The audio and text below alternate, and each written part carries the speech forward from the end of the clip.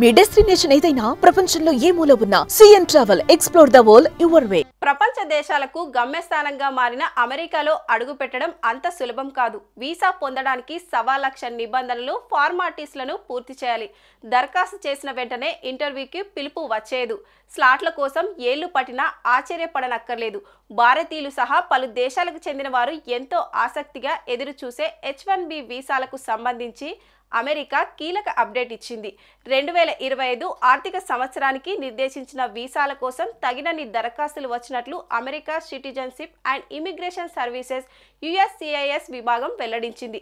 H-1B visa పొందని పిటిషనర్లకు మరికొన్ని రోజుల్లో ఆన్లైన్లలో సమాచారం అందిస్తామని తెలిపింది. వీటిని పంపడం పూర్తయిన తర్వాత ఎంపిక కాని వారికి స్టేటస్ మెసేజ్ను ఆన్లైన్లలో అందుబాటులో ఉంచుతామని స్పష్టం చేసింది.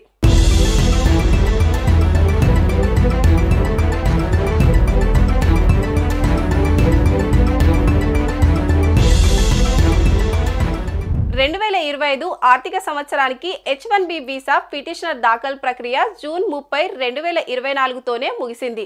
అయితే 30వ తేదీ ఆదివారం కావడంతో జూలై 1న దాఖలైన పిటిషన్ను కూడా గడువులోనే చేసినట్లుగా పరిగణిస్తామని America citizenship and immigration services USCIS తెలిపింది. కానీ వీసా పరిమితి నుంచి మినహాయింపు కలిగిన పిటిషనర్ల స్వీకరణ, పరిశీలన కొనసాగుతుందని, ముఖ్యంగా H-1B వీసాతో అమెరికాలో పనిచేస్తున్న స్కిల్డ్ వర్కర్స్ రూల్స్ సంస్థ మార్పు వంటి తదితర కారణాలతో దాఖలు చేసే పిటిషనర్ల స్వీకరణ కొనసాగుతుందని USCIS పేర్కొంది.